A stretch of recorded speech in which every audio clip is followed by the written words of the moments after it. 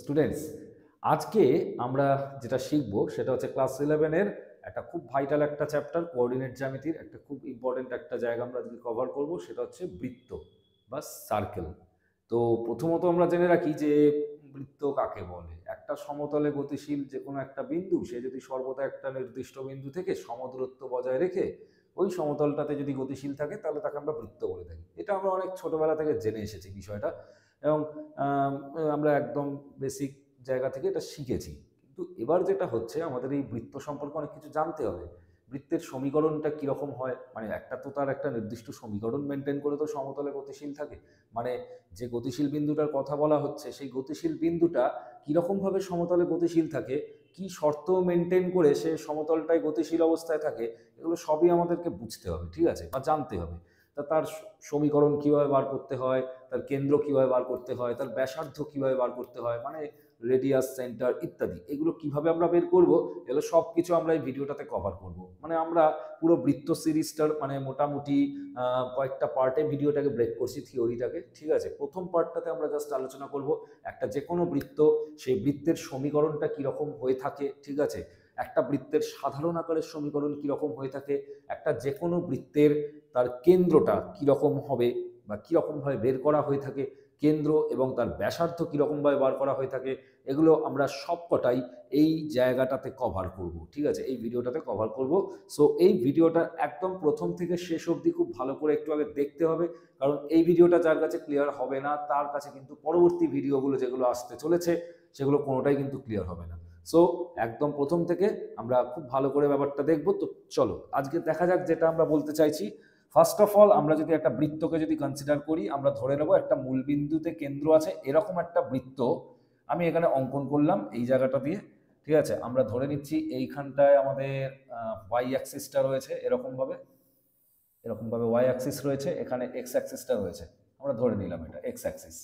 এই জায়গাটা x dash, এই জায়গাটা অরিজিনটা রয়েছে, মানে এটাই হচ্ছে বৃত্তটার কেন্দ্রটাকে আমি বোঝানোর চেষ্টা করছি। ধরে নিলাম এটা বৃত্তটার কেন্দ্র, এটা হচ্ছে আমাদের ওয়াই ড্যাশ। তো আমি যদি এখানে একটা যে কোনো এই বৃত্তটার উপরে গতিশীল একটা বিন্দু যদি ধরে নিই, পি এক্স কমা ওয়াই, এরকম একটা পয়েন্ট যদি ধরি, তাহলে এখান থেকে আমি একটা লম্ব টানলাম। এই লম্বটা, এটার আমি নাম দিলাম হচ্ছে পি এম, এরকম করে নামকরণ করলাম, ওপিকে যোগ করলাম। তাহলে এখানটা থেকে আমরা যেটা বলতে পারছি, কোঅর্ডিনেটের নিয়ম অনুযায়ী ওএম মানে হচ্ছে এক্স আর পিএম মানে হচ্ছে আমাদের ওয়াই, এটা আমরা বলতে পারি। তাহলে আমরা যদি এখানে এখানে এই যে বৃত্তটার যে ব্যাসার্ধ, এই ব্যাসার্ধটাকে যদি এ ধরে নিই, মানে ওপি ইকুয়াল টু যদি এ ধরি, তাহলে আমরা এখান থেকে পিথাগোরাসের সূত্র কাজে লাগিয়ে যেটা বলতে পারি, লম্ব স্কোয়ার যোগ ভূমি স্কোয়ার মানে এক্স স্কোয়ার যোগ ওয়াই স্কোয়ার, এটা ইকুয়াল টু হবে এ স্কোয়ার। তার মানে কি, মূল বিন্দুতে কেন্দ্র থাকলে কোনো বৃত্তর ক্ষেত্রে সমীকরণটা হয় X square plus Y square equal to A square. A মানে বৃত্তের ব্যাসার্ধটাকে বোঝাচ্ছে। মানে ধরে নেওয়া যাক একটা বৃত্তের সমীকরণ বেরিয়েছে X square plus Y square equal to 16। তাহলে আমাদের কি করতে হবে, এটাকে X square plus Y square equals to 4 square এরকম ভাবে লিখতে হবে। তো বৃত্তটার ব্যাসার্ধটা কত হচ্ছে, 4 একক হচ্ছে, এবং কেন্দ্রটা কত হচ্ছে, 0,0 হচ্ছে। তো এইটা হচ্ছে প্যাটার্নটা। তো এবার অনেক সময় যেটা হয় যে একটা বৃত্তটা, মানে ধরে নিলাম আমরা, ধরে নেওয়া যাক এটা হচ্ছে আমাদের ওয়াই অক্ষটাকে বোঝাচ্ছে, আর এইটা হচ্ছে আমাদের এক্স অক্ষটাকে বোঝাচ্ছে।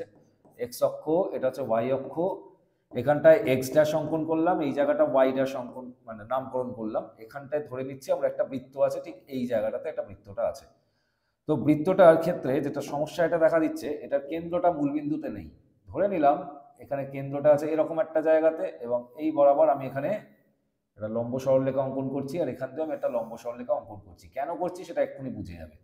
আমি এখানে একটা গতিশীল বিন্দু ধরে নিলাম পি এক্স কমা ওয়াই, আর আমি ধরে নিলাম এটার কেন্দ্রটা এখন নতুন একটা বিন্দুতে আছে, সি দিয়ে ডিনোট করছি। এই সি এর কোঅর্ডিনেটটা আমি ধরে নিলাম আলফা কমা বিটা, এরকম করে ধরে নিচ্ছি। আমি একই রকম ভাবে এখানে লম্ব টানবো, ধরে নিলাম এটা হচ্ছে লম্বটা, এটাকে যোগ করব। তাহলে আমরা যদি এইটুকু অংশের নাম যদি এম রাখি, তাহলে পিএম এর মানটা দেখো, এটাকে যদি আমি কানেক্ট করে দিই, নিচের পোর্শনটাকে যদি এক্সটেন্ড করি, তাহলে এরকম আসছে ছবিটা মোটামুটি। তা এখান থেকে দেখা যাচ্ছে পিএম এর টোটাল ভ্যালুটা না ওয়াই মাইনাস বিটা হচ্ছে, এবং এখান থেকে সিএম এর যে মানটা বেরোচ্ছে সেটা হচ্ছে অ্যাকচুয়ালি এক্স মাইনাস আলফা বেরোচ্ছে। তোমরা কোঅর্ডিনেট দিয়ে যাচাই করো, এই পুরোটা হচ্ছে এক্স আর এইটুকু হচ্ছে আলফা।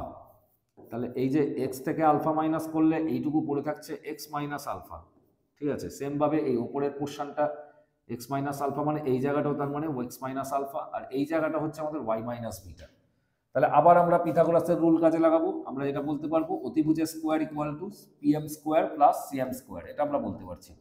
তাহলে এখান থেকে আমরা সিপি কে স্কোয়ার করলে যেটা পাবো এ স্কোয়ার, আর এখানটা পাবো হচ্ছে X minus alpha whole square plus Y minus beta whole square.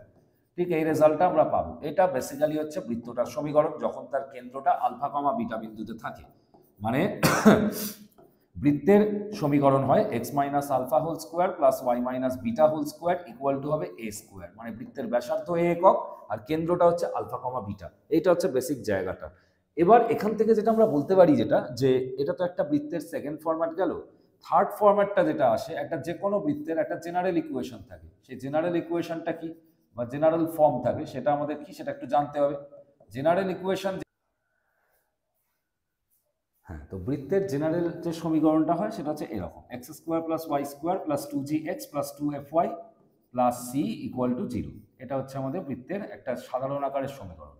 এবারে এটাকে আমরা আগের ফর্মেটে নিয়ে যেতে পারি। কি করে পারি? এক্স স্কোয়ার প্লাস 2gx করলাম, প্লাস এটার সাথে এটাকে যদি একটা পূর্ণবর্গ বা পারফেক্ট স্কোয়ারে যদি কনভার্ট করি তাহলে একটা জি স্কোয়ার যোগ করতে হবে। আমি এবার ডান দিকেও তাই করব, ওয়াই স্কোয়ার করবো প্লাস 2fy করবো প্লাস সি করবো, এফ স্কোয়ার করবো সরি, ইকুয়ালস টু ডান দিকে যেটা দিয়ে বাঁ দিকে যেটা যোগ করেছি এটা ডান দিকে অ্যাডজাস্টমেন্ট করলাম, মানে G square plus F square minus C করলাম। তাহলে এখান থেকে যেটা এসে গেল X plus G whole square, এরকম একটা প্যাটার্ন আসলো। আর এখানটা এসে গেল Y plus F whole square, এরকম আসছে।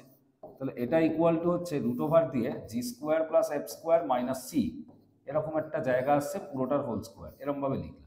এবার এটাকে যদি আমরা X minus alpha whole square, মানে যেটা একটু আগে পেয়েছি, plus Y minus beta whole square equal to A square, এটার সাথে যদি তুলনা করি তাহলে দেখা যাচ্ছে এখান থেকে আলফার মানটা না অ্যাকচুয়ালি মাইনাস অফ জি, আর বিটার মানটা অ্যাকচুয়ালি মাইনাস অফ এফ এর সাথে তুলনাযোগ্য হচ্ছে, এবং এর মানটা যেটা হচ্ছে সেটা হচ্ছে রুট ওভার দিয়ে G square plus F square minus C হচ্ছে। তার মানে এটা হচ্ছে বৃত্তের ব্যাসার্ধ। আচ্ছা, সেন্টারটা তাহলে কত হবে? সেন্টার বা কেন্দ্রটা কত হবে? সেন্টার বা কেন্দ্র বেরোবে মাইনাস জি কমা মাইনাস এফ। তো এইভাবে যে কোনো বৃত্তের কেন্দ্র বের করা হয়ে থাকে এবং তার ব্যাসার্ধটাকেও আমরা বের করে থাকি। এই নিয়মটার মাধ্যমে সেটা আমরা করে থাকি। এবারে কথাটা হচ্ছে এটা, এই যে G square plus F square minus C, এই যে পোর্শনটা যেটা আমরা পেলাম, এটা যদি গ্রেটার দ্যান 0 হয় তাহলে এটাকে একটা বাস্তব বা রিয়েল সার্কেল বলা হয়ে থাকে, বাস্তব বৃত্ত বা রিয়েল সার্কেল। যদি এখানে দেখি আমরা যে এখানটাতে দেখা গেল যে এটা ইকুয়াল টু 0 হয়ে গেল, তাহলে এটা হয়ে যাবে একটা পয়েন্ট সার্কেল বা বিন্দু বৃত্ত। ঠিক আছে, পয়েন্ট সার্কেল বা বিন্দু বৃত্ত। আর একটা এটা হতে পারে লেসার দ্যান 0 যদি হয় তাহলে এটা হয়ে যাবে কাল্পনিক বা ইমাজিনারি সার্কেল, কাল্পনিক বা ইমাজিনারি সার্কেল। তো এই হচ্ছে মূল বিষয়গুলো এরকম। এবারে কথা হচ্ছে যেটা, যে আমাদের ধরা যাক এখানে বলে দিল যে একটা বৃত্তের সমীকরণ বলে দিয়েছে x square plus 2x plus 3y plus আচ্ছা ওয়াই স্কোয়ার, হ্যাঁ, প্লাস দিয়ে 5 ইকুয়াল টু 0, এরকম করে প্লাস 5 না দিয়ে আমি এটা ধরা যাক একটু কম কিছু দিলাম আর একটু 1 দিয়ে দিলাম, হ্যাঁ, তাহলে এটা ইকুয়াল টু 0। তাহলে এখানে আমরা এটাকে যদি আদর্শ আকারের সাথে যদি তুলনা করি তাহলে 2g এটা ইকুয়াল টু 2 বেরোবে, এবং জি এর ভ্যালুটা কাটাকুটি করে এখানে 1 বেরোচ্ছে। সেমভাবে 2f এটা ইকুয়াল টু হচ্ছে 3, তাহলে এখান থেকে f এর মানটা বেরোবে আমাদের 3/2। তাহলে এখান থেকে যেটা সেন্টারটা যেটা বেরোবে, সেন্টার বা কেন্দ্র যেটা বেরোবে সেটা হচ্ছে মাইনাস জি মাইনাস এফ হয় সেন্টারটা। তাহলে আমরা এখান থেকে খুব সহজেই বলে দিতে পারি -1, -3/2, এটা হবে বৃত্তটার কেন্দ্র। সেম ভাবে যদি রেডিয়াসটাকে বার করতে বলে বা ব্যাসার্ধটাকে যদি বার করতে বলে তাহলে রেডিয়াসের ফর্মুলা হবে এইটা, রুট দিয়ে G square plus F square minus C, এইটা হচ্ছে রেডিয়াসের ফর্মুলা। তাহলে আমরা যদি এখানে মানটাকে বসাই, জি স্কোয়ার মানে 1 হবে, এফ স্কোয়ার মানে 9/4 হবে, কারণ এফ এর মানটা 3/2 ছিল, মাইনাস দিয়ে আছে সি, সি মানে আমাদের এখানে বেরিয়েছিল কত দেখবো আমরা, 1 বেরিয়েছিল, কম্পেয়ার করে সিটা 1 বেরোচ্ছে।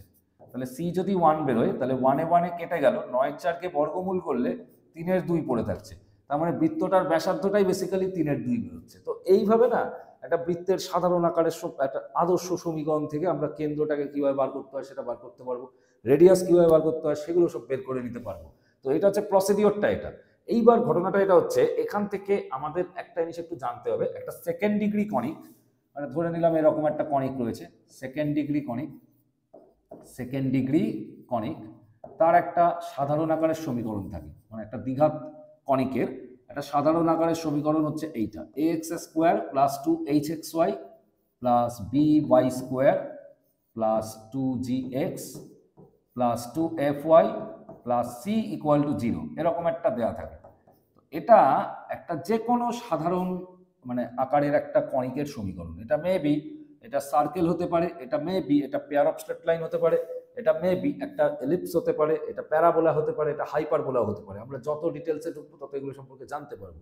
তো এই যে সার্কেল, এটা রিপ্রেজেন্ট করবে সার্কেলকে তখনই যখন a ইকুয়াল টু বি হবে, কন্ডিশন 1।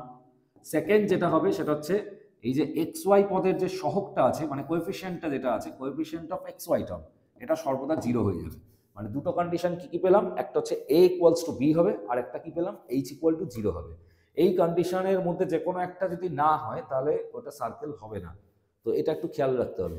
সার্কেল একটা ইকুয়েশনকে কখন বলা হবে, এরকম একটা টাইপের জেনারেল ইকুয়েশনকে সার্কেল বলা হবে তখনই যখন a is equal to b হবে and secondly h equal to 0 হবে। মানে এক্স ওয়াই পদের সহগটা 0 হবে, আর এই যে এক্স স্কোয়ারের কোএফিসিয়েন্ট আর ওয়াই স্কোয়ারের কোএফিসিয়েন্টটা কি হবে, সেম সেম হবে। মানে এটাও যা হবে এটাও তাই হবে। এটা হচ্ছে মূল বক্তব্যটা এই জায়গাটাতে। এবার ঘটনা হচ্ছে একটা সার্কেলের নানান রকম ফর্ম থাকতে পারে। মানে একটা সার্কেল মেবি এক্স অক্ষকে স্পর্শ করতে পারে। মানে ধরে নিলাম এটা এক্স অক্ষ ওয়াই অক্ষ এরকম আমি লিখলাম, এটা ওয়াই ড্যাশ আছে, এটা এক্স ড্যাশ আছে, এই জায়গাটা আমাদের অরিজিন আছে। তো আমরা ধরে নিলাম এখানে একটা সার্কেল আমরা এখানে ড্র করছি, সার্কেলটা আমাদের মূলত এরকম ভাবে ধরা যাক আছে। তো এটা আমাদের কি করেছে, এক্স অক্ষটাকে স্পর্শ করেছে।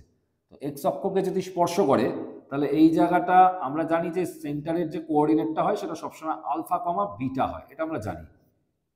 কিন্তু এখানে একটা জিনিস একটু দেখার বিষয় আছে। এখানে এই যে যে জিনিসটা আমরা আঁকছি এটা বেসিক্যালি কি হয়ে যাচ্ছে, ব্যাসার্ধ হচ্ছে।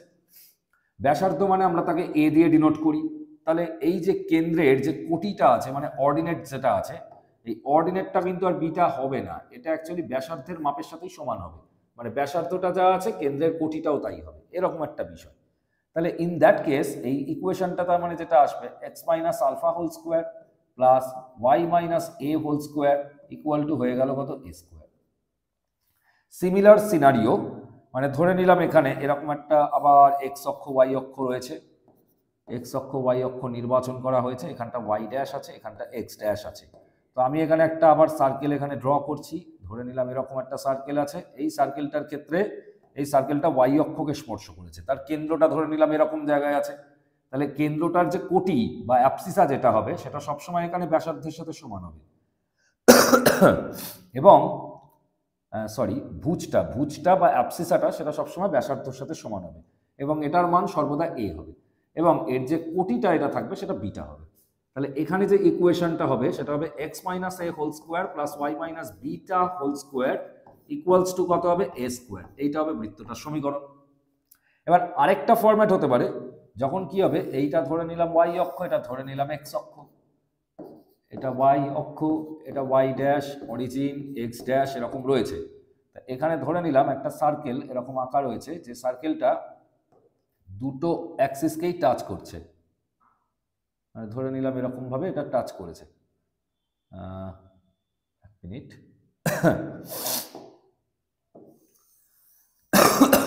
সরি।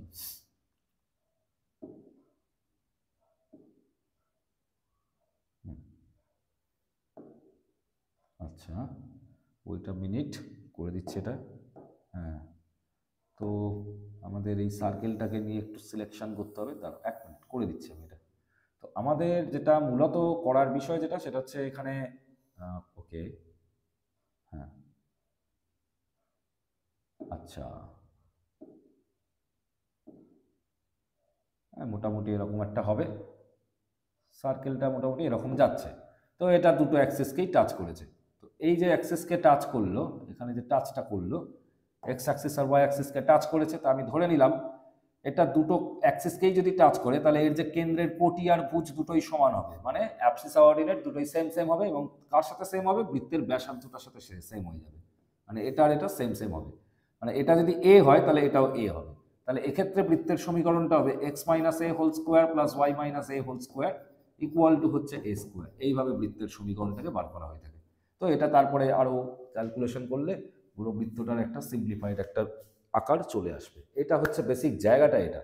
এরপর আর কি আছে এই পার্টে, আর কি শিখতে হবে, আরেকটা জিনিস যেটা জানতে হবে যে একটা বৃত্ত রয়েছে, এই বৃত্তটা মানে মূলত যেটা করা আছে ওর ডায়ামিটার বা ব্যাসটা বলে দেওয়া আছে। মানে ব্যাস বলা আছে মানে কি, ব্যাসের দুটো প্রান্ত বিন্দু স্থানাঙ্ক বলা আছে, একটা হচ্ছে x2, y2, আর একটা হচ্ছে আমাদের x1, y1। তো বলছে যে এই সার্কেলটার ইকুয়েশন বার করো। একটা তো টেকনিক আছে, সেটা কি, কেন্দ্রটাকে আগে বার করব মধ্যবিন্দু স্থানাঙ্ক দিয়ে, এবং এ বি বিন্দু দুটোর দূরত্বটাকে বের করব। দূরত্বটা যেটা বেরোবে ওটা হবে ব্যাসের দৈর্ঘ্যটা। এবার ব্যাসকে যদি বাই 2 করা হয় বা অর্ধেক যদি করা হয়, তাহলে ব্যাসার্ধ বেরিয়ে যাবে। তারপর আমরা যে সেকেন্ড ফরম্যাটটা শিখলাম, X minus alpha whole square plus Y minus beta whole square equal to হয় এ স্কোয়ার। তার মানে কি, ওই রুলটা অ্যাপ্লাই করলে আমাদের কিন্তু অঙ্কটা হয়ে যাচ্ছে।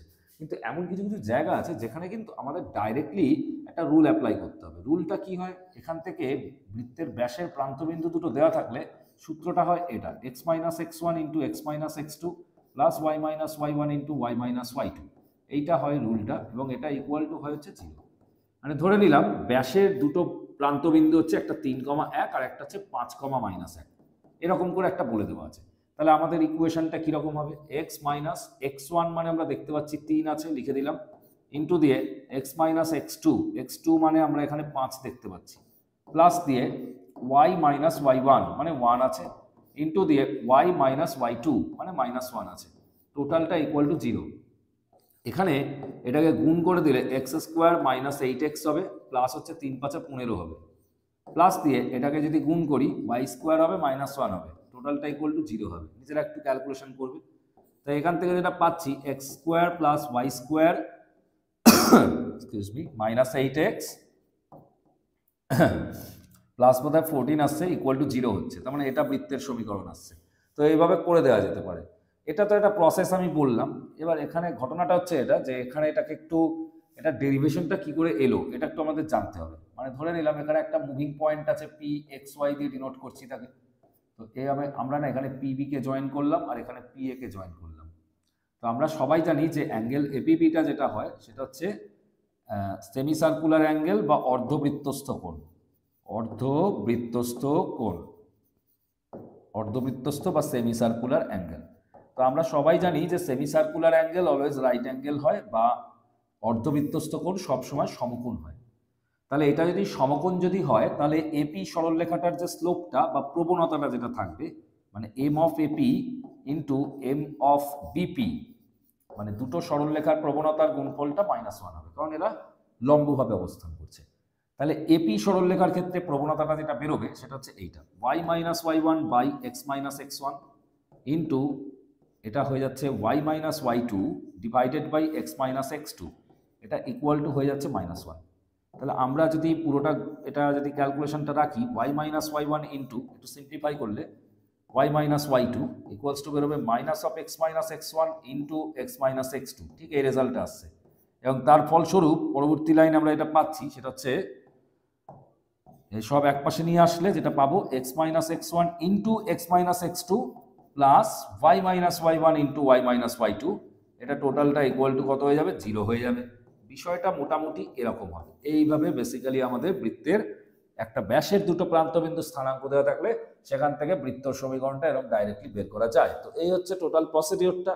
আমরা যে বৃত্তটার যে থিওরিটা মূলত কয়েকটি পার্টে যে ভাগ করব বলেছিলাম, তার মধ্যে প্রথম পার্টের টপিকগুলো এটা আলোচনা করা হলো, যেখানে বৃত্তের মোটামুটি সমীকরণগুলো কিভাবে আসতে পারে বা থাকতে পারে সেই বিষয়গুলোকে নিয়ে আমরা এখানে আলোচনাটা করলাম। ঠিক আছে, এর পরবর্তী যে ভিডিওটা আসবে সেখানে আর কিছু টপিক আমরা কভার করব, যেগুলো ওই বৃত্তের থিওরির মধ্যেই পড়ছে। সেরকম কিছু টপিক আমরা নিয়ে আমরা খুব তাড়াতাড়ি সেই ভিডিওটা নিয়ে চলে আসবো। ঠিক আছে, till then tata, bye by.